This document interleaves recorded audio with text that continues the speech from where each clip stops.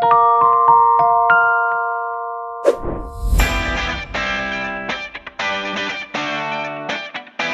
selamat datang semuanya. Welcome di pelatihan pajak khusus organisasi non-laba dengan penyajian laporan keuangan sesuai ISAK 35, 25 Agustus 2020. Perkenalkan, nama saya Intan Soehartini. Saya sebagai host dan moderator Anda hari ini. Narasumber kita hari ini yaitu Mas Hadi. Halo Mas Hadi, tes-tes dulu dong. Oke, halo semuanya. Halo juga Mbak Intan. Ketemu lagi kita ya. Teman-teman, Mas Hadi ini berpengalaman sejak tahun 1993 sebagai auditor dan 3 tahun berkarya di sektor bisnis.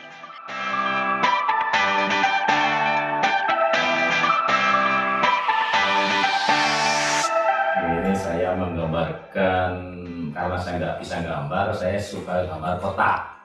Tapi kotak ini gambar radio maksudnya ya. Radio, nah maksudnya ya saya itu mungkin kayak radio kali ya. Kalau sudah dihidupin on, susah berhenti ngomong terus gitu ya. Tapi kelebihannya ya suka begini, kasih informasi.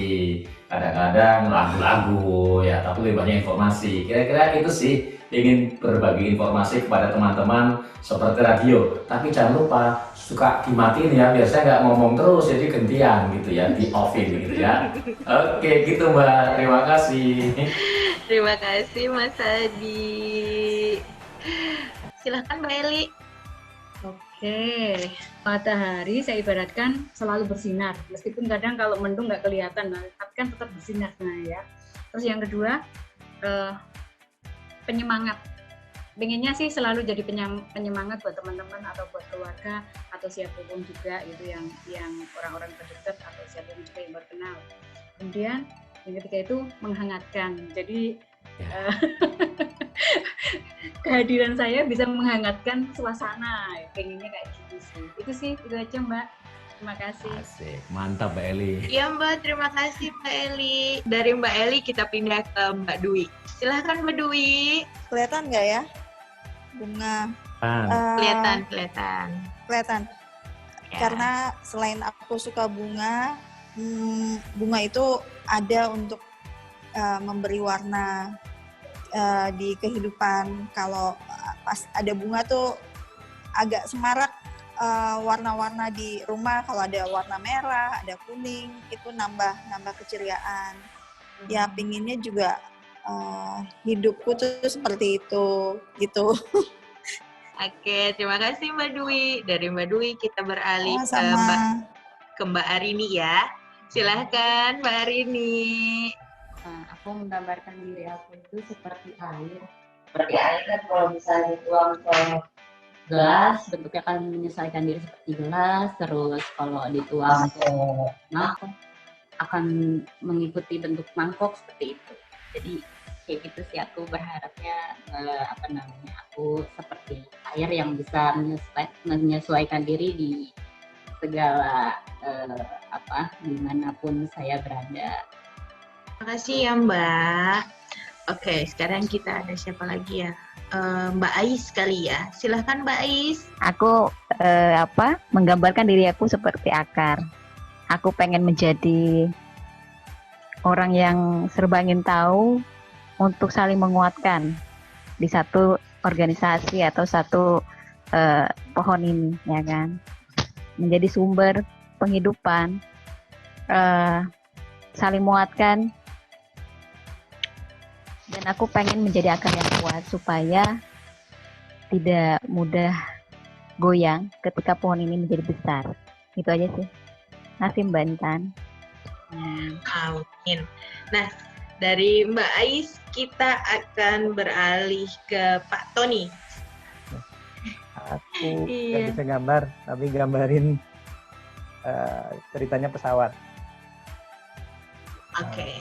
Ya, jadi saya mau seperti pesawat, selalu terbang dan menjadi yang tertinggi gitu. Jadi saya akan terus belajar dan belajar sehingga bisa mencapai apa yang aku harapkan gitu. Bisa menjadi leader, bisa menjadi pimpinan, bisa menjadi yang di atas gitu. Itu aja sih. Terima kasih. Dari Pak Tony kita pindah ke Citra. Silahkan Citra, tes suaranya. Dari gambar bisa kelihatan kalau ada seorang perempuan yang menaiki tangga, menangkap mimpi-mimpinya untuk menjadikan ide untuk dituangkan ke dalam tulisan. Dengan karakternya si seorang Pisces yang penenang. Gitu. Okay. Terima kasih. Terima kasih Mbak Citra. Terima kasih semuanya. Teman-teman gambarnya bagus sekali. Ayo kita kasih tepuk tangan untuk kita semua. Oke.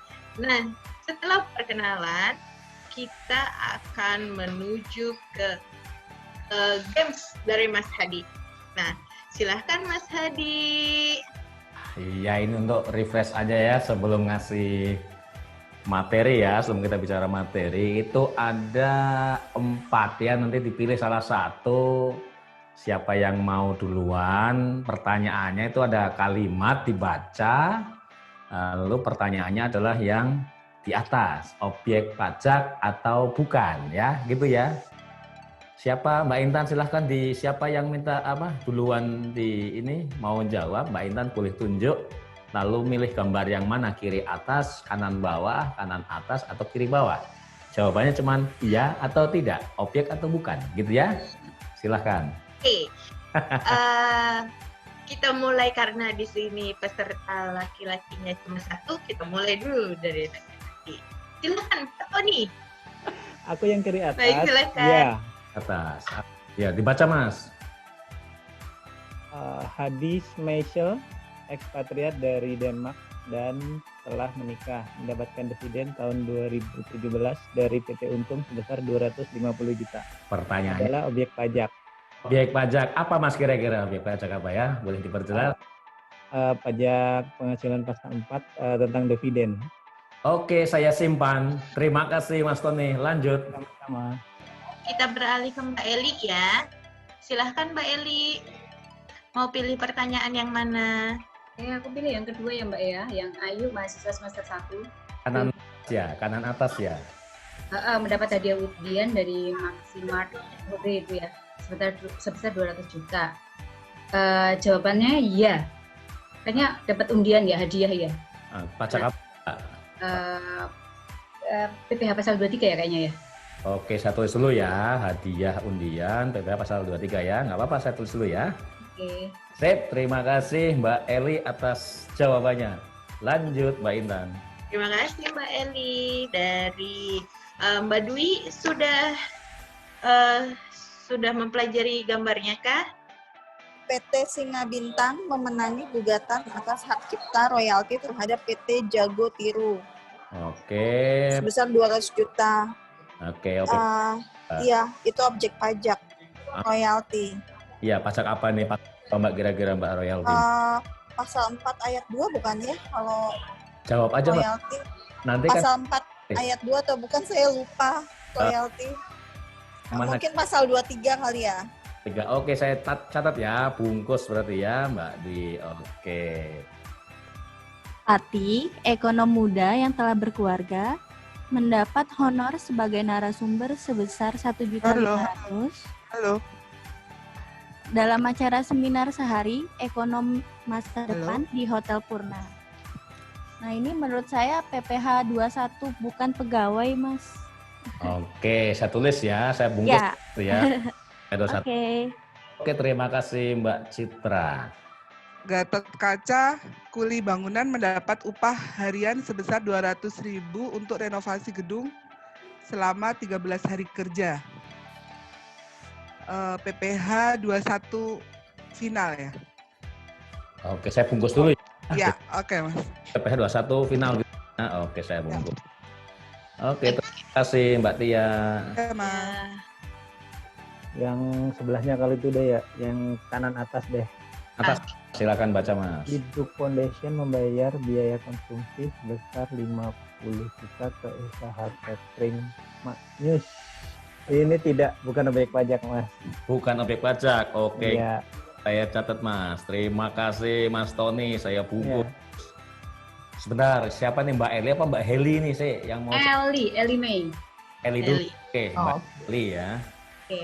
Nah, kanan bawah. Yayasan Pengurus Orang Tua PEOT bergerak di bidang pemberdayaan lansia memberi sumbangan sebesar 200 juta. Itu bukan objek pajak menurut saya. Halo Mbak Eli. Oke. Halo? Bukan objek pajak ya. Pajak ya. Oke. Terima kasih Mbak Eli, saya bungkus ya.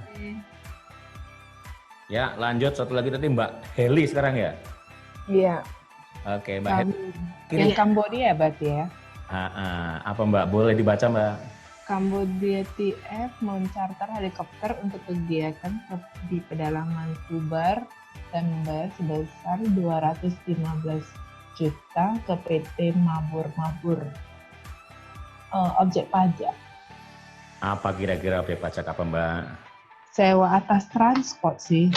Ya pasal ya kira-kira pasal 1, pasal 2, pasal 21, 22, 23, pasal Kayaknya pasal 22 ya.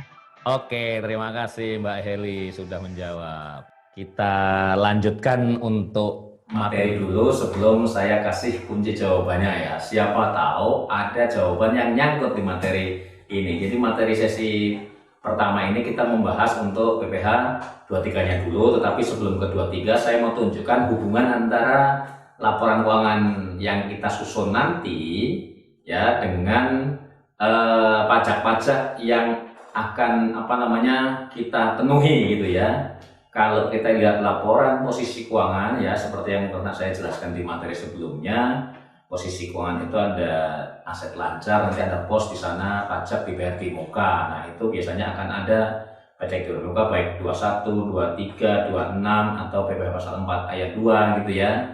Nah, itu adalah untuk mencatat semua pajak-pajak yang dipotong oleh pihak lain atas penerimaan penghasilan organisasi kita gitu ya. Kemudian di dalam laporan tersebut juga ada juga nanti di sisi liabilitas lancar akan ada pos hutang pajak. Itu adalah untuk mencatat semua pajak-pajak yang kita potong dari pihak lain. Jadi kita motong ya, karena kenapa kita motong? Karena kita bayar penghasilan pada pihak lain. Apapun penghasilan namanya ya. Tadi ada contoh soal sewa, ada hadiah, ada dividen, ada royalti, ada honor narasumber, ada upah, catering, sumbangan, charter, dan sebagainya. Itu kita bayar-bayar, maka kita harus memotong pajak. Tapi nanti kita lihat yang mana yang dipotong, gitu ya. Nah, ini adalah hubungannya laporan keuangan kita nanti dengan pajak-pajak akan timbul dari transaksi. Kemudian juga di laporan jenis kedua, kalau di PSK 45 dulu namanya laporan aktivitas, sekarang ISAK 35 namanya laporan penghasilan komprehensif. Ini juga ada kaitannya sama pajak-pajak kalau kita bertransaksi gitu ya, bayar, membayar atau menerima pembayaran. Nah, kalau di dalam laporan penghasilan komprehensif, sisi uang masuk itu juga nanti akan berkaitan dengan pajak-pajak yang ada potong-memotong pajak dari pihak lain ya. Kaitannya dengan PPN, tetapi di NGO jarang ya, tidak. Karena NGO itu secara kegiatannya, aktivitasnya itu termasuk kelompok jasa yang bukan objek PPN ya, jadi tidak ada pada umumnya. Tapi ada juga NGO yang ada melakukan atau mendapatkan perlakuan seperti harus melaporkan SPT PPN. Itu hanya beberapa case saja NGO ya, yang terpaksa dia harus PPN. Kemudian ada juga nanti di biaya-biaya gitu ya, biaya-biaya pasti kan berarti kita bayar-bayar tuh biaya-biaya. Ada 21, nanti ada 23, ada pasal 4 ada 2, ada pasal 26 gitu ya. Maka bayar-bayar ini nanti terkait dengan tadi objek pajak 21 dan seterusnya gitu ya. Kemudian nanti laporan keuangan secara keseluruhan 1 tahun ada surplus atau defisit. Sekarang bahasanya adalah total penghasilan komprehensif, baik itu surplus maupun defisit, itu kaitannya dengan nanti PPh badan. Nah, ini supaya nyambung saja gitu ya sebelum kita bicara pajak gitu ya. Demikian juga dengan kalau di laporan pajak pun nyambung juga dengan laporan keuangan gitu ya. Bahwa laporan posisi keuangan itu pasti akan diinformasikan juga atau disajikan di dalam lembar laporan pajak, terutama PPh badan gitu ya, di formulir 8A6 itu berarti akan terisi baik laporan posisi keuangan maupun laporan penghasilan komprehensif ya. Itu akan diisikan di formulir SPT PPh badan lampiran 8A6. Kemudian juga nanti ada formulir SPT Badan 1771 Romawi 2 yang isinya BB ya, itu akan nyambung juga dengan laporan keuangan kita sesuai ISAK 35 di catatan E gitu ya, catatan E dari laporan penghasilan komprehensif. Demikian juga dengan formulir PPh Badan 1771 Romawi 1 itu menginformasikan juga semua angka laporan keuangan dari laporan penghasilan komprehensif. Jadi nyambung ya teman-teman ya, laporan keuangan kita selalu akan berkaitan dengan transaksi-transaksi yang hubungannya dengan perpajakan. Nah ini supaya ini aja. Nah masuk ke materi PPh 23 ya maupun pasal 4 ayat 2, ada subjek pajak yang dia punya kewajiban sebagai pemotong pajak. Kenapa dia punya kewajiban sebagai pemotong pajak? Karena subjek pajak ini memberikan penghasilan kepada orang lain gitu ya. Ya, siapa dia pemotong pajak? Tentu saja badan pemerintah itu termasuk pemotong pajak karena dia mungkin memberikan penghasilan gaji kepada pegawai negeri gitu ya. Atau mungkin nanti instansi pemerintah pajak memberikan kerjasama kepada NGO gitu ya untuk jasa sebagai provider kegiatannya pemerintah, maka dia akan motong PPh 23 dan atau bertransaksi dengan supplier dia akan motong PPh 22 gitu ya dan seterusnya. Demikian juga pemotong pajak selain instansi pemerintah namanya subjek pajak dalam negeri seperti kita nih, NGO atau bisnis, PT, koperasi dan sebagainya, kita termasuk kelompok subjek pajak dalam negeri, juga wajib memotong semua transaksi yang mengandung unsur objek pajak, apapun objek pajaknya gitu ya. Kemudian juga mungkin ada badan usaha tetap. Kalau kita di NGO biasanya mungkin ada NGO asing yang membuka kantor perwakilan di Indonesia, misalkan seperti taruhlah Ford Foundation itu ya, dia punya representative office di Indonesia, maka itu dia termasuk kelompok bentuk usaha tetap gitu ya. Atau mungkin ada juga barangkali HIVOS gitu ya. HIVOS juga mereka kan kantornya ada di Belanda kalau nggak salah ya, mereka buka representative office di Indonesia, yaitu mereka disebutnya bentuk usaha tetap karena dia mewakili organisasi luar negeri yang berada di Indonesia. Ini juga pemotong pajak kalau dia melakukan transaksi bayar membayar gitu ya. Kemudian orang pribadi juga bisa menjadi pemotong pajak sepanjang orang pribadi ini adalah termasuk orang pribadi yang melakukan pekerjaan bebas karena dia punya profesi gitu ya. Seperti menurut pajak ada 8 profesi yang dia adalah orang pribadi yang bisa melakukan kegiatan atau pekerjaan bebas ya. Apa ke-8 profesi ini? Itu disingkat PAPANDA ya. Ada pengacara, ada akuntan, ada konsultan, ada penilai atau penaksir, appraisal gitu ya. Ada notaris, ada dokter, ada aktuaris ya. Jadi orang pribadi yang 8 profesi ini menurut pajak, dia juga menjadi pemotong pajak sepanjang dia membayar penghasilan kepada orang lain atau pihak lain gitu ya. Ini supaya teman-teman kenali. Jadi kewajiban memotong pajak bukan pada si penerima penghasilan, tetapi dibebankan kepada yang memberikan penghasilan. Jadi negara nggak mau rugi. Ini supaya teman-teman kenali gitu ya. Berarti organisasi kita, NGO kita, yayasan kita, perkumpulan kita, kalau kita NGO, non-profit atau non-laba sekarang istilahnya, maka kita termasuk pemotong pajak. Kalau kita belum melakukan itu, berarti kita belum memenuhi kewajiban perpajakan ya. Nah, kalau kita udah kenal siapa subjeknya yang tukang motong, maka kita harus juga kenali objeknya apa yang dipotong.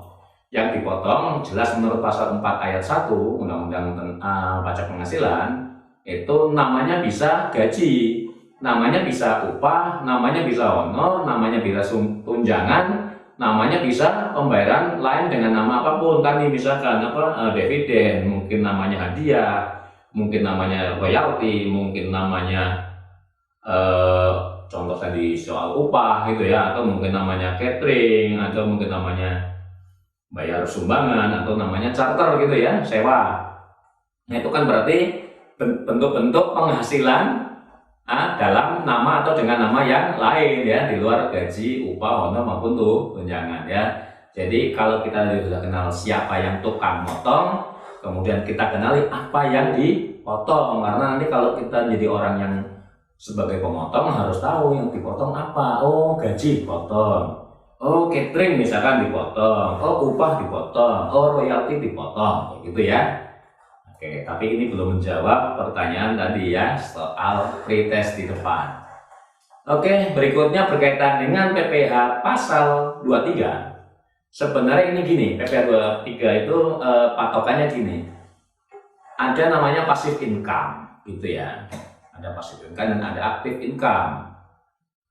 Nah, yang termasuk kategori passive income dalam PPh 23 itu adalah dividen, bunga, royalti, hadiah, dan penghargaan selain yang dipotong PPh 21. Jadi ini juga sekaligus menjawab tadi pertanyaan di pretest tadi gitu ya, bahwa dividen, nah itu yang tadi Mas Tony jawab gitu ya, dividen itu benar objek pajak, cuman sayangnya Mas Tony tidak tepat pasalnya ya. Kalau dividen seharusnya PPh pasal 23 ya. Kemudian hadiah dan penghargaan ini PPh 23, tetapi beda dengan hadiah undian gitu ya. Sama-sama hadiah, kita bedakan bahwa hadiah yang sifatnya kayak penghargaan itu karena kita melakukan kegiatan, maka dia PPh 23. Tapi kalau hadiahnya karena lotre, karena undian, bukan karena kita melakukan kegiatan, kemudian kita jadi pemenang atau kita memperoleh penghasilan dari kegiatan, itu namanya hadiah undian ya. Diam di rumah tiba-tiba kejatuhan hadiah dari Ringso misalkan gitu, misalkan. Nah itu hadiah undian, maka PPh pasal yang lain, bukan 23. Nanti kita lihat di tempat yang lain. Tapi juga ada dari active income. Active income misalkan melakukan kegiatan jasa yang mendapatkan imbalan gitu ya, atau memberikan layanan sewa. Nah, sewa sepanjang ini sewanya ada barang bergerak, maka PPh-nya 23 ya, baik itu dilakukan oleh orang pribadi maupun oleh badan, sepanjang yang disewakan itu adalah barang bergerak. Seperti contohnya tadi mencarter helikopter gitu ya, maka mencarter itu berarti menyewa. Helikopter itu kira-kira barangnya bergerak atau nggak bergerak? Kalau mesinnya dihidupkan, kemudian dikendalikan, disopiri, pasti bergerak. Bisa dari Jakarta pindah ke Jayapura misalkan gitu ya, atau dari Jakarta pindah ke Lampung, maka itu helikopter bergerak. Sehingga betul bahwa kalau kita charter atau sewa helikopter, maka dia objek pajak ya, sewanya kena pasal 23 ya. Sekaligus menjawab jawabannya Mbak Heli tadi ya, bukan pasal 22. Charter helikopter itu berarti sewa barang bergerak, objek pajak PPh pasal 23 ya. Sayang sekali Mbak Heli jawabannya kurang tepat, tidak dapat hadiah jadinya ini ya. Tadi juga Mbak Eli hadiah undian itu bukan 23 ya, tapi pajak yang lain. Mas Tony juga kurang tepat tadi, dividen bukan pasal 4 ayat 2 ya. Sekaligus menjawab, ini belum ada yang benar dari yang materi ini. Nah untuk yang ada di NGO, kita abaikan yang nggak ada di NGO, kayaknya dividen, bunga, royalti, hadiah penghargaan mungkin ada di NGO, tapi jarang sekali ya. Jarang lah kalau ini NGO mau ngasih hadiah, tapi ada. Misalkan NGO bikin lomba membuat desain atau apa ya, iyalah anggap aja bikin desain apa, kemudian nanti juara satunya mendapat hadiah uang senilai gitu ya. Maka itu kalau hadiahnya diberikan kepada orang pribadi bukan PPh 23, tapi hadiahnya diberikan kepada badan usaha, maka dia PPh pasal 23. Jadi hadiah itu, hadiah penghargaan karena dia melakukan kegiatan, kalau kemudian diberikannya kepada orang pribadi, dia potong PPh 21. Tapi kalau hadiah dari kegiatan yang diberikan kepada badan usaha lain, maka itu PPh 23 gitu ya. Nah, kemudian yang paling sering di NGO ialah dari kegiatan sewa menyewa barang bergerak dan juga imbalan jasa kepada badan usaha. Misalkan jasa apa? Misalkan jasa kita memanggil organisasi untuk melakukan pemetaan di daerah mana, nah, kemudian kita bayar kepada organisasi itu yang melakukan pemetaan, maka kita akan membayar imbalan jasa kepada organisasi atau badan tersebut, maka itu masuk PPh 23 karena imbalan jasa gitu ya. Tarifnya berapa? Tarifnya adalah 2% dari bruto. Syaratnya apa kalau 2%? Kalau punya NPWP. Kalau nggak punya NPWP, maka kenanya pasal tarifnya ya, bukan pasalnya. Pasal tetap 23, tapi tarifnya sesuai aturan di pasal 23 ayat 1A. Maka kalau yang memberikan layanan jasa kepada kita badan usaha itu tidak punya NPWP, maka dipotong dengan tarif 100% lebih tinggi. Artinya berapa? Enggak 2% lagi, menjadi 4%. Jadi misalkan organisasinya Mbak Eli memanggil badan-badan vendor-vendor yang akan melakukan pemetaan, jasa pemetaan wilayah hutan tertentu misalkan gitu ya, kawasan hutan, mau di undang 3 vendor untuk melakukan pemetaan, jasa pemetaan. Nah, kan berarti saya bayar jasanya kepada vendor terpilih gitu ya. Nah, maka kalau vendor terpilih itu punya NPWP, saya potong ke pihak 23 2% dari nilai kontraknya. Tetapi kalau vendor itu nggak punya NPWP, saya potong 4% dari kontraknya ya. Demikian juga kalau sewa menyewa tadi, sewa charter helikopter, maka saya potong 2% dari kontrak sewanya kalau dia punya NPWP ya. Nah, jenis-jenis imbalan jasa apa saja yang juga akan kena PPh 23 selain tadi sewa gitu ya. Jasa-jasa kan banyak tadi ya, imbalan jasa tertentu. Nah, ini apa saja? Ini banyak ragamnya. Tapi biasanya di NGO itu yang ada yang saya warnain merah gitu ya. Yang B, jasa aktuaris, mungkin kita akan melakukan kegiatan ini. Apa sih jasa aktuaris? Jasa aktuaris itu adalah jasa kepada orang atau perusahaan, kepada badan yang melakukan perhitungan terhadap asuransi. Jadi asuransi itu ada, nggak sembarangan menghitung nilai pertanggungan sebagainya ya, ada ahlinya. Namanya aktuaria orangnya ya, kemudian badannya perusahaannya namanya aktuaris ya, aktuaris. Jadi kalau saya membayar perusahaan yang untuk menghitung nilai-nilai asuransi, maka kita akan memanggil vendor jasa aktuaris, kena pasal 23. Atau yang C, jasa akuntansi. Ya ini sering ya, saya minta tolong perusahaan lain menyusunkan laporan keuangan, saya potong lah PPh pasal 23. Tapi kalau yang kita minta tolong orang pribadi, kita potong PPh 21 gitu ya. Kemudian apalagi yang ada, jasa penyelenggara kegiatan yang V, huruf V, event organizer, itu kan di NGO sering juga ya mengundang event organizer. Itu berarti kalau kita bayar mereka, kalau mereka pakai NPWP-nya badan usaha, maka potong PPh 23. Tapi kalau event organizer-nya individu, misalkan saya punya teman namanya Bro Jim misalkan gitu ya, maka saya bayar dia untuk mengorganisir webinar ini, saya bayar PPh, saya potong PPh 21 karena dia tidak pakai NPWP badan usaha. Tapi kalau pakai NPWP-nya LEN misalkan gitu ya, saya potong PPh 23 gitu ya. Atau yang Q, nomor yang Q ya, yang Q itu apa? Jasa sehubungan dengan software komputer. Kalau beli software itu ada PPh 23. Atau instalasi mesin, listrik, telepon, air, gas dan sebagainya, itu juga PPh 23. Kalau saya bayar kepada tukang servis ya, toko, maka kita harus potong PPh 23 karena itu instalasinya. Tapi atas jasa instalasinya ya, bukan atas barangnya. Saya beli AC, tapi kemudian diinstalasi. Kalau kemudian tapi hanya di invoice-nya, di kwitansinya dipisah antara barangnya, harga AC-nya dan harga instalasinya, maka saya harus potong jasa instalasinya. Misalkan AC-nya harganya 3 juta, instalasinya 500.000, saya potong dari angka 500.000-nya sepanjang syaratnya di kwitansinya dipisah. Tapi kalau di kwitansinya digabung angkanya ya nggak bisa dipotong karena biasanya itu include dari harga AC-nya, maka nggak ada potongan PPh 23. Karena apa? Judulnya beli AC sampai dipasang, nggak ada khusus jasa instalasinya. Jadi yang kenapa berarti 23 adalah atas jasanya gitu ya. Ini supaya teman-teman memahami ya. Nanti kalau masih bingung silahkan ditanyakan pada saat bertanya ya. Atau kemudian yang S itu ada jasa perbaikan, perawatan, pemeliharaan, itu juga termasuk PPh 23 sepanjang dia dipisahkan dari harga barangnya dan di dalam invoice atau kwitansi dipisahkan. Atau jasa pengepakan, packing ya, itu juga ada objek PPh 23 ya. Kemudian jasa penyediaan tempat, waktu, ini maksudnya ini iklan.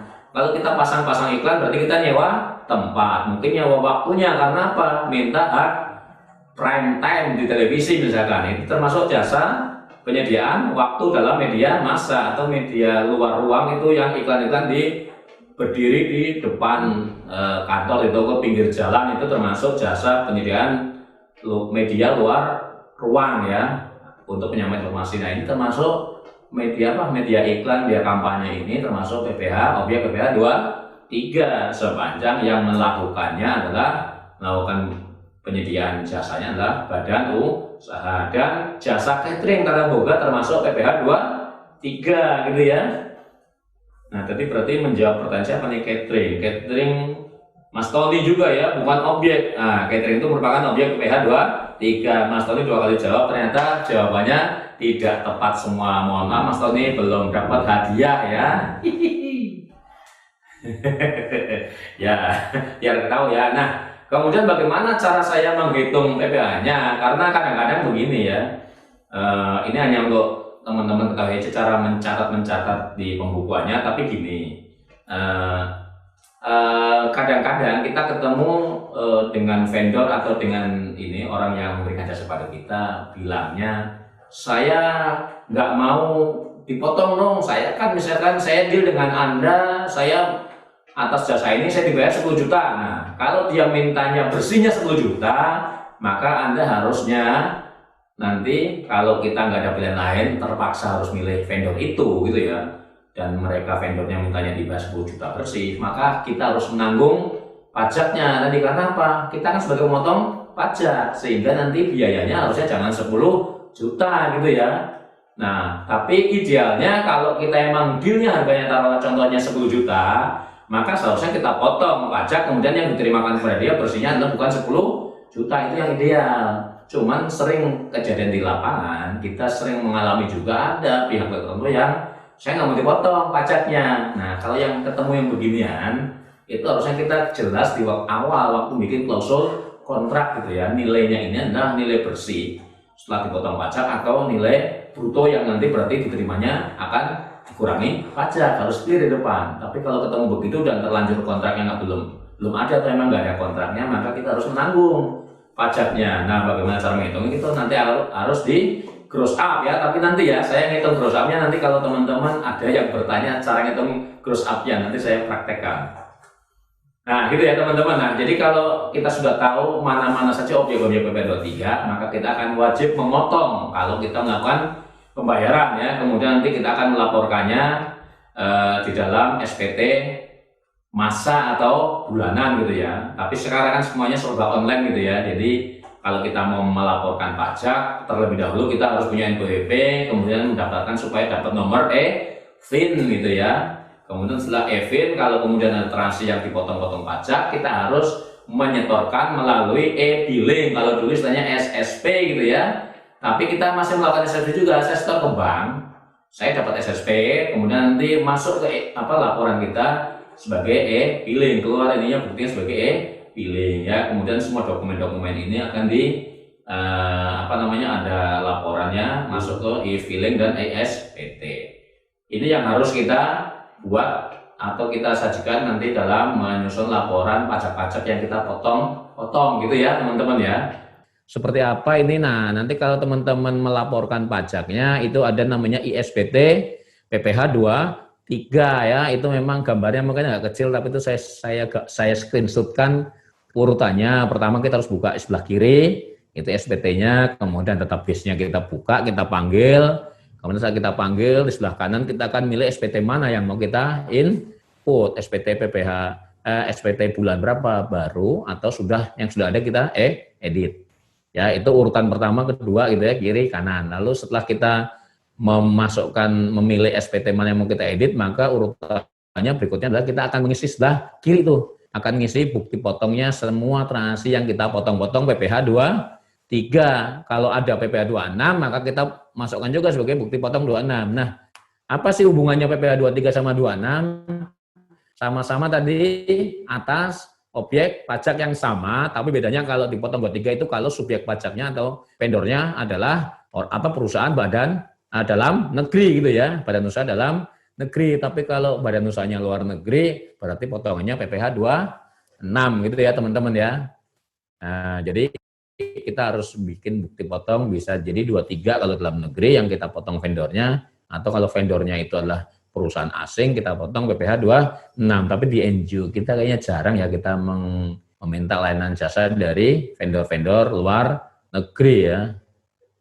Nah, itu setelah selesai sebelah kiri semua kita isi, maka kemudian kita akan melaporkannya di dalam pilihan field yang gambar sebelah kanan gitu ya, untuk lapor pajak. Jadi urutannya begitu teman-teman ya. Oke, sampai di sini. Sebelum saya lanjut ke materi yang kedua, saya kembalikan ke Mbak Intan. Silahkan Mbak Intan, PPH 23 sudah bisa ini diselesaikan. Jadi tadi menjawab pertanyaan-pertanyaan pretest itu ternyata jawaban punya siapa ya yang tadi belum ya, Mas Tony ini salah ya, dividen ya.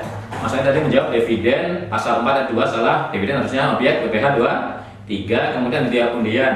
Hadiah undian tadi salah ya Mbak Eli ya, harusnya PPH pasal yang lain ya. Royalti betul Mbak Dwi jawabnya, 23 betul ya Mbak Dwi, betul. Honor narasumber ini belum kita bahas tapi betul ya, ini PPH pasal 21. Ini Mbak Citra, upah juga PPH 21 betul. Mbak Tia, sumbangan bukan bekerja, Mbak Eli betul. Oke Mbak Intan, saya kembalikan ke Mbak Intan. Tadi maaf mau tanya Mas, untuk PPH apa namanya, kayak Tiga tadi. Saya belum bahas yang lain loh, 23 ya. Iya 23 Mas, 23. Untuk apa kayak catering, biasanya kan kita kecil ya, ada yang kecil ada yang gede sih. Nah kadang kalau kayak catering atau sewa, nah misalnya kayak sewa mesin kopi itu kan kecil ya. Kadang tuh gimana ya, malas ininya tuh, malas report-reportnya. Nah kita nggak potong itu, secara peraturan pajak konsekuensinya apa ya? Oke, makasih Mas Tony pertanyaannya. Oke, baik, langsung saya jawab. Jadi gini Mas, kewajiban memotong itu ada di pihak yang memberikan penghasilan atau yang melakukan pembayaran kepada vendor tersebut gitu ya. Sehingga Mas Tony selaku orang keuangan di organisasi, Mas Tony harus motong kalau bayar catering atau sewa berapapun nilainya, kecil atau besar, karena jasanya adalah jasa catering atau jasa sewa barang bergerak gitu ya. Nah, dengan demikian Mas, tidak bisa kita suruh si pelayan cateringnya atau ini vendor cateringnya udah Anda nanti bayar pajak sendiri, itu nggak bisa begitu. Kewajibannya menurut undang-undang pajak adalah ada di pemotong pajak karena dia memberikan penghasilan wajib memotongnya. Itu Mas Tony ya. Jadi kalau tidak melakukan kewajiban itu nanti ada sanksi-sanksi yang otomatis akan bisa dikenakan kepada kita, tetapi biasanya sanksi itu nggak langsung muncul ya, nunggu orang pajak meriksa dulu, ngecek SPT kita. Gitu Mas, mudah-mudahan terjawab. Memang sanksinya nggak akan langsung ya, tapi kemungkinan jika kita teraudit, kemungkinan akan ada sanksinya ya Mas ya? Iya betul, jadi nggak langsung keluar sanksi karena sistem di pajak juga belum 100% online gitu. Nah, iya memang sih nggak bisa kelihatan. Diverifikasi dulu. Tapi paling tidak kita tahu ya, kalau kita tahu ada transaksi yang objek pajak kemudian kita malas motong, ya ada potensi nanti kita akan kena sanksi kalau diperiksa, gitu Mas ya. Jadi kecil besar pun jangan melihat malasnya ya, harus dipotong. Karena kita pemberi penghasilan kepada pihak lain. Oke Mas Tony. Betul. Baik Mas. Mungkin sedikit Mas, tadi yang masalah SPT ya. Kalau nggak salah kan per Agustus ini sudah wajib e-filing juga, e-bupot ya, e-bupot. Yang sekarang kita e-bupot Mas, iya. Iya betul, e-bupot. Jadi kayaknya lebih enak, jadi nggak perlu manual juga sih. Saya udah coba juga, lebih enak juga sih. Gitu. Dipotong itu sekarang per 1 Agustus sudah pakai elektronik e-bupot, tapi ada syaratnya. Iya memang. 1 bulan transaksi kita mengandung unsur PPH 23 yang harus kita potong itu lebih dari 20 transaksi, maka kita sudah wajib menggunakan e-bupot. Tapi kalau masih di bawah 20 atau kadang-kadang naik 20 tapi lebih sering di bawah 20, tidak wajib e-bupot. Jadi e-bupot itu untuk transaksi yang konsisten 20 transaksi atau lebih ya. Kalau di bawah itu belum wajib. Itu Mas Tony. Ya. Baik. Tapi kalau kita pakai nggak masalah kan ya Mas ya? Karena kan lebih enak, maksudnya nggak perlu ke KPP. Betul, nggak wajib, tapi kalau kita pakai enak buat kita karena simple banget gitu ya. Tinggal ketik-ketik, isi-isi, udah otomatis keluar itunya ya. Baik, makasih Mas Adi. Oke Mas Tony, terima kasih juga. Auditor. Nah sekarang kan trennya auditor itu juga ngecek apakah kita bayar pajak atau tidak. Nah itu sebenarnya auditor ini hanya lebih untuk memberi masukan atau gimana ya Mas untuk Ya. untuk pajak ini, kasus pajak ini? Oke, auditor kan gini, kalau dari laporan keuangan sendiri nggak ada temuan, ya pajak termasuk dicari juga gitu untuk temuan gitu ya. Tapi emang menjadi kewajibannya auditor kalau kemudian menemukan banyak case di pihak yang diaudit, kemudian tidak melaksanakan pemenuhan kewajiban perpajakan, memang auditor diminta untuk menyampaikan itu menjadi temuan karena itu berpotensi akan ke depan gitu ya. Artinya auditor juga menjadi kayak mewakili pemerintah juga untuk melihat kondisi pihak yang diaudit gitu ya. Jadi kalau itu sampai diangkat jadi temuan oleh auditor ya sebaiknya kita penuhi gitu ya. Tapi kalau nggak sampai diangkat oleh auditor, sudah selesai sebelum laporan final, ya itu lebih baik gitu ya. Gitu Mbak. Jadi beberapa NGO kan kadang membuat biaya gaji itu kan ada beberapa level ya. Misalnya pembayaran gaji yang realnya misalnya itu yang dipotong pajak. Sedangkan ketika satu proyek ya kan membebankan gaji lagi ya kan, misalnya satu orang itu dijual ke beberapa donor, nah itu nggak pernah dipotong pajak. Kan. Nah sehingga pada akhirnya ketika membuat laporan keuangan jumlah biaya gaji itu sendiri enggak sinkron dengan laporan keuangan pajaknya. Nah tadi udah bisa nangkap pertanyaan saya? Bisa. Nah, ya, tapi apa persisnya yang mau ditanyakan di bagian mananya nih? Nah kalau misalnya organisasi udah tanggung seperti itu, ya kan, apakah melakukan perbaikan sebelum ketemu oleh Fiskus atau abaikan saja atau nunggu ketangkap dulu sama donornya atau bagaimana? Ya begitu Mas. Oke, baik, terima kasih Mbak Ais. Pertanyaannya sebenarnya ini pertanyaan terkait materi next seri gitu ya, next seri webinar. Tapi saya mau menjawab bukan di PPH 21-nya ya, tapi pertanyaan yang ini adalah bagaimana kalau saya harusnya ngitung pajaknya, tapi kemudian saya nggak melakukan gitu ya. Apakah saya lakukan perbaikan atau nunggu diperiksa dulu baru saya lakukan perbaikan gitu ya. Nah, memang idealnya nih, tidak hanya 21 ya, 21 nanti mungkin saya bahas di next seri ya, karena next seri 21 minggu depan. 21 itu saya akan jelaskan semua masalah personal di NGO ya, baik staffing yang bekerja rutin di kantor maupun yang konsultan maupun yang ekspatriat, tapi nanti minggu depan 21. Cuman ini kaitannya dengan kalau saya tidak melakukan kewajiban perpajakan atau melakukan tetapi tidak tepat gitu ya, pertanyaan kan. Nah, pilihannya adalah apakah saya perbaiki segera atau saya nunggu diperiksa. Nah, jawabannya adalah kalau kita sudah melakukan kewajiban perpajakan sejauh ini, sampai saat ini misalkan gitu ya, dan saya sudah juga melaporkan di dalam SPT massa, maka tentu saja sebaiknya melakukan perbaikannya adalah dengan cara apa? Dengan cara ya di mana kita tahu, kapan kita tahu perbaikannya, maka ya kita lakukan perbaikan. Tapi Mas, saya telanjur nggak motong. Nah, kewajibannya kan melekat pada organisasi yang memberikan penghasilan gitu ya, yang motong. Tapi saya lupa nggak motong, maka mau nggak mau organisasi tidak bisa lagi kan kita misalkan ngejar-ngejar orangnya karena salah dari kita, kenapa kita nggak potong gitu ya. Maka kita organisasi harus yang membiayai pajaknya, artinya hitungan yang benarnya berapa, kemarin lupa nggak potong, maka organisasi akan mengeluarkan uang sebesar hitungan pajak yang benarnya untuk disetor ke negara, lalu kita buatkan laporan SPT pembetulan gitu ya. Jadi sebaiknya ya karena kita udah rutin lapor SPT bulanan massa, maka perbaikannya adalah dilakukan setelah kita mengetahui adanya kesalahan atas tidak tepatnya perhitungan pemotongan pajaknya atau memang sama sekali belum melaporkan pajak. Tapi kondisinya akan berbeda kalau misalkan nih, saya selama ini saya memang belum memenuhi kewajiban perpajakan nih, saya belum SPT ya. Maka saya selama ini ya saya nggak potong-potong misalkan gitu ya. Nah ini pilihannya ya sudah. Kalau menurut saya ya kita ini aja lah, nunggu diperiksa aja lah, karena memang selama ini saya belum memenuhi kewajiban perpajakan termasuk laporan SPT massa. Karena apa? Memang belum pernah. Jadi ya kalau belum pernah tunggu aja lah, nanti toh alasannya bisa kita buat bahwa saya belum paham gitu ya, ini baru pertama kali kan, itu bisa kita bungkus begitu ya.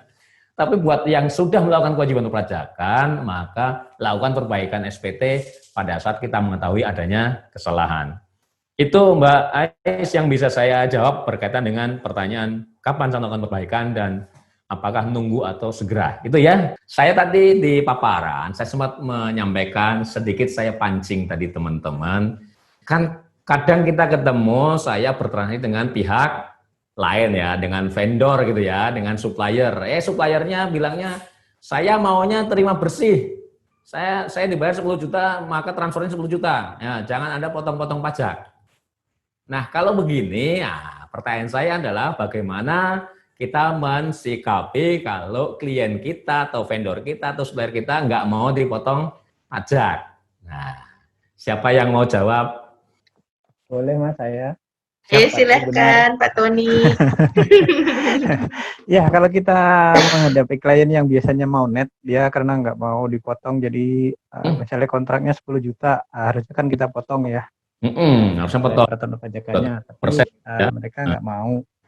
Ya, paling kita akan lihat anggaran saya nih, kalau masih dapat berarti, maksudnya nggak bisa ke tempat lain, ya mau nggak mau berarti kita yang nanggung pajaknya. Nah, berarti kita buat kontraknya jadi gross up Mas, atau ditambahkan pajak 10%. Oke, jadi nanggung pajaknya si vendor kita ya, karena kita si vendor itu gitu ya, nggak ada pilihan lain ya. Dan Mas Tony akan menggross up. Gimana kira-kira cara menggross up-nya ini biar teman-teman kan? Di gross up-nya adalah dari nilai kontrak dibagi 110%, kalau misalnya 10%, tapi kalau misalnya 2% ya berarti 102%. Jadi misalkan saya kontraknya, saya mau terimanya bersih 10 juta. Tadi kita tahu bahwa harusnya dipotong 23-nya 2% gitu ya. Berarti kan harusnya saya dipotong 200.000 gitu ya. Iya betul. Tapi sekarang dia nggak mau dipotong 200.000, berarti berapa nilai kontraknya yang harus kita tulis sebagai biaya supaya saya membayarnya 10 juta ke vendor. Jadi berapa tadi? Hitungannya tadi gimana? Saya kalau 2% berarti bagi 102%. 10 juta dibagi 102%.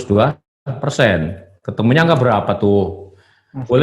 Boleh Mas Tony coret-coret di kertas yang tuh. Ya, karena kalau saya biasanya PPN begitu ya. Kalau PPN harusnya sama ya, hitungan gross up. Tapi nggak tahu ya, semoga sih benar. Kalau salah berarti aku belajar lagi. Ya nggak apa-apa, biar tahu aja. Karena gini, kan pasti nilai sewanya atau nilai ininya kontraknya kan harus di atas 10 juta berarti ya? Iya benar-benar. Kalau 10 dibagi 102% ke angkanya di bawah dibagi 98 Mas. 98. Nah, itu berarti. Ya, dibagi 98, sorry, kebalik. Betul. Jadi menggross up. Gross down jadi.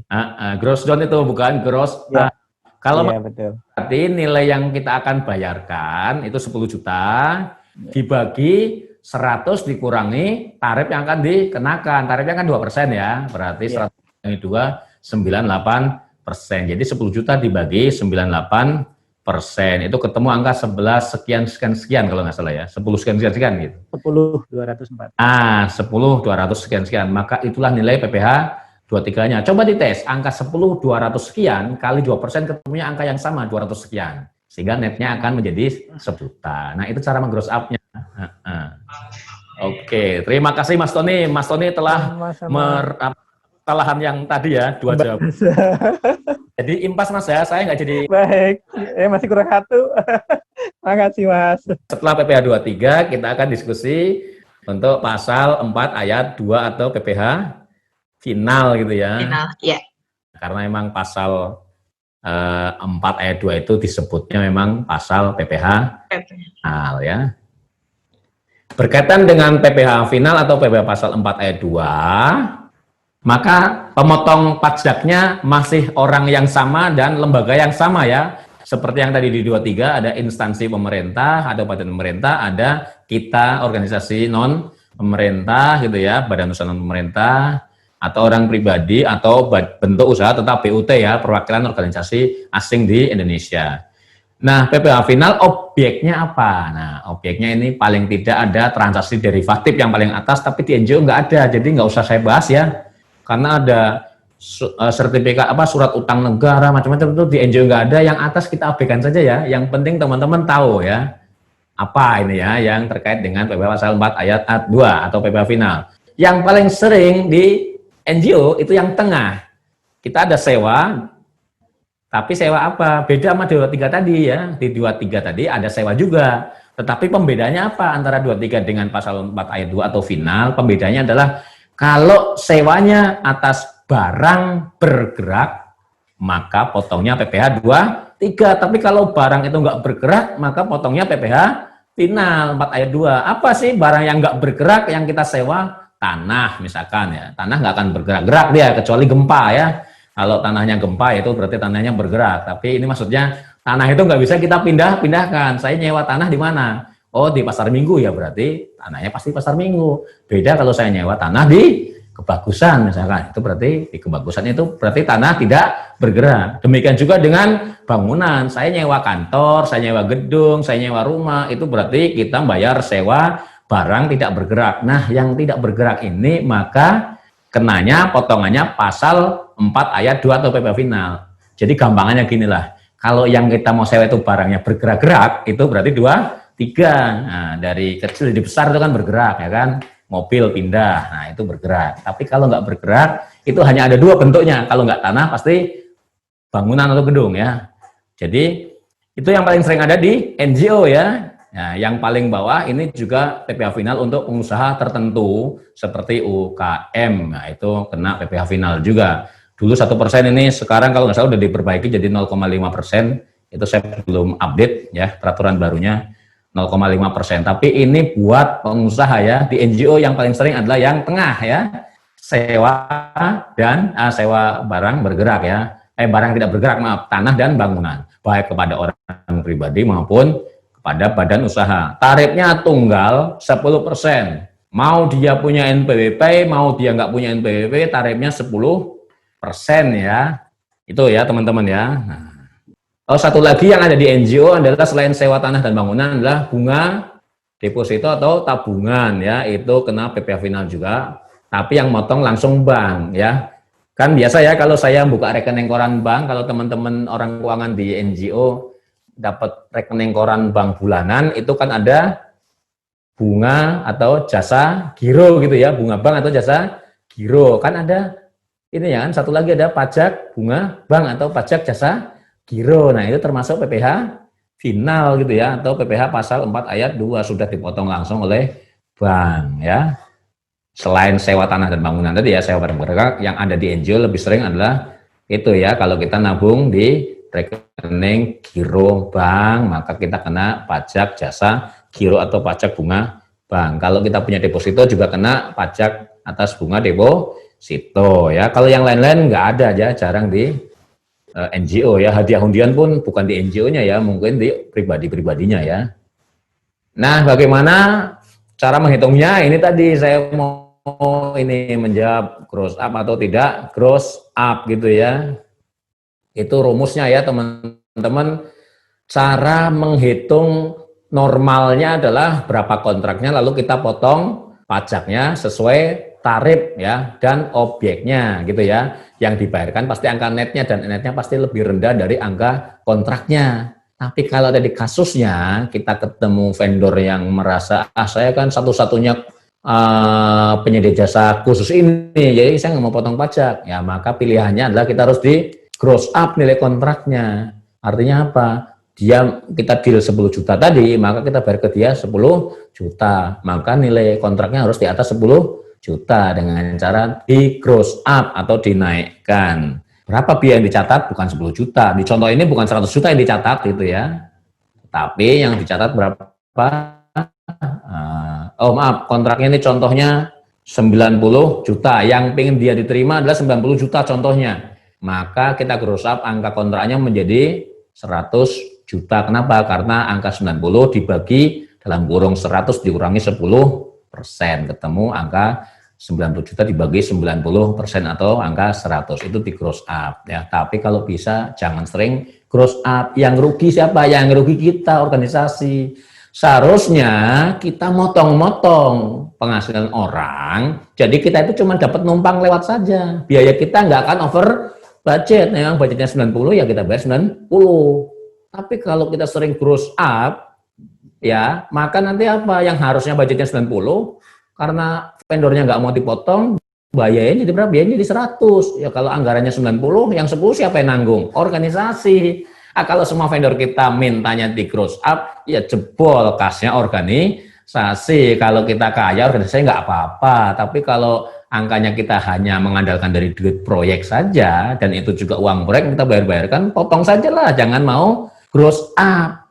Makanya kalau milih vendor, harus ada procurement, biar bisa milih minimal 3 vendor. Kalau kita ketemunya vendor yang emang bias-bias satu-satunya, repotnya itu nanti kita sering gross up. Jadi kita hindari saja ya, gross up kalau bisa ya, supaya nggak menguras uangnya organisasi, karena biasanya agak-agak susah dibebankan ke proyek kalau anggarannya pas-pasan. Ya itu caranya teman-teman ya, nggak beda jauh ya antara gross up PPh pasal 42 dengan PPh 23 dan pajak-pajak yang lainnya. Gross up metodenya sama, itu kita naikkan angka biayanya sebesar pajak yang harusnya dipotong kepada pihak lain menjadi ditanggung oleh perusahaan gitu ya. Nah ini cara menghitung, kemudian catat-mencatatnya ini untuk membantu teman-teman orang keuangan saja dalam hal catat mencatat ya. Saya tidak perlu sampaikan penjelasannya, cukup untuk diketahui saja. Nah lanjut berikutnya tentu saja kalau sudah kita melakukan kewajiban menghitung pajaknya, kemudian memotong, kemudian kita setor, maka kita akan melapor gitu ya, kita akan melaporkan pajak-pajak yang tadi kita potong ya, baik 23 maupun pasal 4 ayat 2. Sama prosesnya, semua pelaporan pajak akan sama prosesnya, punya NPWP dulu gitu ya, baru kita boleh memotong, kemudian menyetor, melapor. Kalau sudah punya NPWP, maka kita daftarkan supaya kita punya EVIN. Kalau kita nanti setor menyetor, atas yang kita setor potong-potong, kita akan dapat SSP, kemudian itu kita nanti dapat nomor e-billing ya. Kemudian semua dokumen-dokumen itu akan kita asupkan dan kita laporkan dalam e-billing dan ISPT. Sama prosesnya tapi beda SPT-nya. Nah ini untuk SPT pasal 4 ayat 2, tampilan ininya yang terbaru yang versi 1.1 ke 1.2 ya, yang mulai Agustus 2019, ini beda dengan ISPT pasal 4 ayat 2 sebelumnya ya.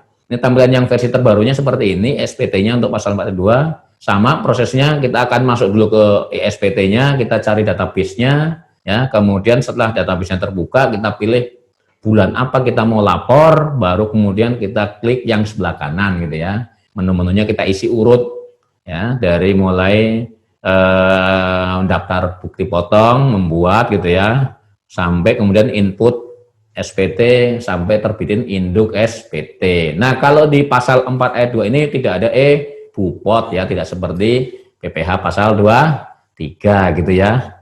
Nah, ini metode-metode melaporkannya. Nah, setelah kita tahu semua transaksi ternyata ada banyak unsur objek pajaknya gitu ya, maka tentu teman-teman butuh, saya pengennya kok pajaknya jangan terlalu gede gitu ya, saya pengennya pajaknya ya kalau bisa ada pilihan yang lebih baik lah pajaknya, walaupun tetap saya akan memenuhi kewajiban pajakannya, tapi tentu saja saya pengennya tarifnya lebih kecil. Bisa nggak sih kita melakukan itu? Nah, seharusnya kalau kita lihat bahwa memang objeknya adalah pasal 4 ayat 2 ya sudah itu gitu ya. Atau ini objeknya PP 21 ya sudah harusnya pakai tarif 21. Tapi bukan berarti kita nggak bisa melakukan tax planning gitu ya, merencanakan pajak. Bukan menghindari, tapi kita tax planning saja istilahnya gitu ya. Artinya kita bisa memilih secara legal, kita mau pajak yang mana yang lebih ringan bebannya buat organisasi. Nah itu namanya tax planning gitu ya. Tax planning itu bisa karena memang undang-undang pajak membolehkan adanya tax planning gitu ya. Syarat tax planning apa? Nah syaratnya jelas, tidak boleh melanggar peraturan atau undang-undang. Kemudian secara bisnis memang itu logis, memang bisa dilakukan tax planning untuk transaksi tersebut gitu ya, maka itu bisa kita lakukan tax planning. Kemudian juga syaratnya harus ada bukti-bukti pendukung yang memadai gitu ya. Tax planning. Nah, tadi contohnya apa? Saya kasih contoh, kita bisa melakukan tax planning. Tadi sama-sama kita punya, saya mau meng-hire atau saya punya biaya jasa untuk melakukan pemetaan tadi contohnya gitu ya. Atau saya yang inilah yang terkait sama orang keuangan, saya mau melakukan jasa mau menyusun laporan keuangan, tapi saya nggak mau menyusun sendiri. Saya mau panggil pihak penyedia jasa untuk menyusun laporan keuangan. Ini kita bisa lakukan tax planning di laporan keuangan atau jasa akuntansi. Kalau tadi kita pelajari tarifnya gitu ya. Tarifnya kalau pakai badan usaha tadi jasa akuntansi berapa tarifnya? Punya NPWP 2% gitu ya. Kalau pakai orang pribadi tarifnya berapa? 2,5%. Nah, kalau saya ingin menghemat pajak, maka saya akan memilih kalau gitu yang nyusun laporan keuangan saya pakai nama perusahaan saja supaya pajaknya kecil 2% gitu ya. Saya tidak milih orang pribadi karena pajaknya 2,5%. Tapi ini kan berkaitan dengan gini ya, kan kita motong. Saya motong. Artinya apa? Bukan duit saya yang keluar gitu ya. Saya keluar emang saya bayar jasa akuntansi 10 juta, saya tukang motongnya saja. Sebenarnya itu nggak perlu di tax planning gitu ya. Saya mau pakai individu saja, atau saya mau pakai badan, ya badan saja. Tapi kita perlu tax planning kalau tadi kasusnya saya harus meng-gross up. Saya harus meng-gross up nih, karena gini, ini saya benar-benar butuh dan yang ahli ini ya kan, harus orang lain yang ahli. Mungkin badan usaha, kantor akuntan publik ya, atau yang ahli, Mas Hadi, Chartered of Accountant gitu ya, CA, profesinya CA. Nah, tapi kan tadi kondisinya vendornya nggak mau dipotong nih, maka jadi beban ke saya kan. Pajaknya berarti organisasi yang menanggung. Nah, maka saya melakukan tax planning. Saya akan milih daripada saya menanggung pajak 2% atau saya menanggung 2,5%, ya, karena vendornya nggak mau dipotong pajak, maka saya pilih kalau gitu saya mencari vendor badan usaha kantor akuntan publik saja untuk menyusun laporan keuangan. Kenapa? Karena saya akan menanggung beban pajaknya 2% daripada saya milih orang pribadi atas nama Mas Hadi misalkan gitu, karena saya harus nanggung 2,5%. Nah ini teman-teman ya, kira-kira cara tax planning salah satu contohnya. Tadi syaratnya itu ya, tidak melanggar ketentuan karena emang ada pilihan. Kalau jasa dibayarkan kepada orang pribadi kena PPh 2,5%. Kalau saya jasa kepada badan usaha kena tarifnya 2%, PPh 2,3. Itu undang-undang bicara, maka saya boleh memilih saya mau yang mana. Tapi kemudian secara logis dan secara bisnis terima logis ya, logis orang jasa akuntan boleh kok dilaksanakan oleh badan usaha maupun oleh orang pribadi. Yang penting bukti-bukti mendukung memadai. Kalau saya bayar honor akuntan pribadi ya buktinya ada, saya transfer pada orang pribadi, NPWP-nya orang pribadi. Kalau saya bayar pada kantor akuntan, ya saya buktinya harus transfer ke kantor akuntan. Buktinya apa? NPWP-nya kantor akuntan. Nah, gitu ya, teman-teman ya. Nah, kemudian tata caranya itu tadi, tata caranya harus ada NPWP-nya gitu ya. Kemudian kita harus menyelenggarakan pembukuan supaya mudah nanti kalau diperiksa oleh pajak atau pihak lain ya, auditor gitu ya, saya bisa membuktikan ada cara pencatatnya gitu ya. Kemudian juga yang pasti kalau kita melakukan tax planning harus setor pajaknya gitu ya. Jangan kita melakukan tax planning nggak disetor, sudah memilih yang tarif terendah duitnya nggak disetor pula gitu ya.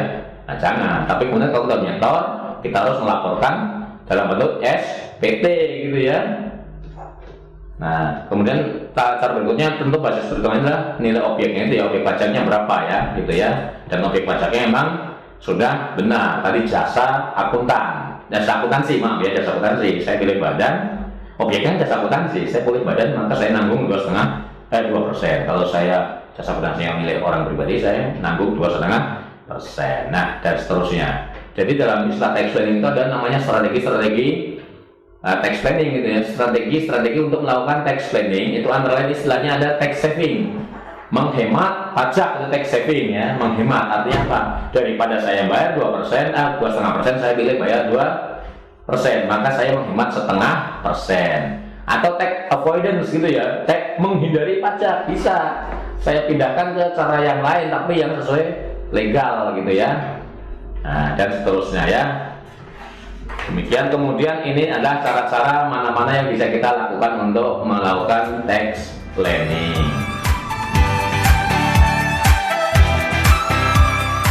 Iya, baik.